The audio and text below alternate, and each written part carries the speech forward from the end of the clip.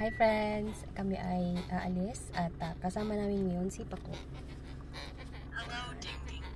Hello Paco! At bakit siya nandyan? Dahil siya po ay amin ng i-donate sa isang campsite. Yan. So tara, abangan na lang natin kung anong magiging feeling niya doon. Diba? Samahan muna namin siya siguro mga ilang oras or overnight. Tara na! Let's go!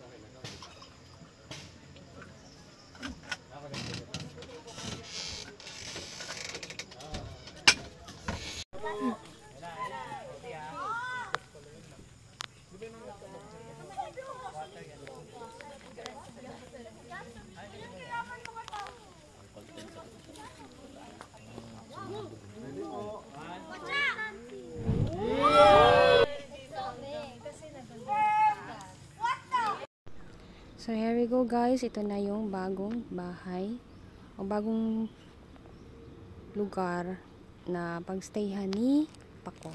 Ayan, may mga sinampay pa dun. Kuy kuy! Pako! Ayan na siya.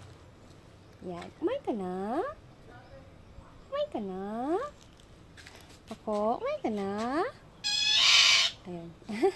Hingay siya. Bigyan natin ng almond. Ulit lang. Ayan o. Bigyan natin sa kanya.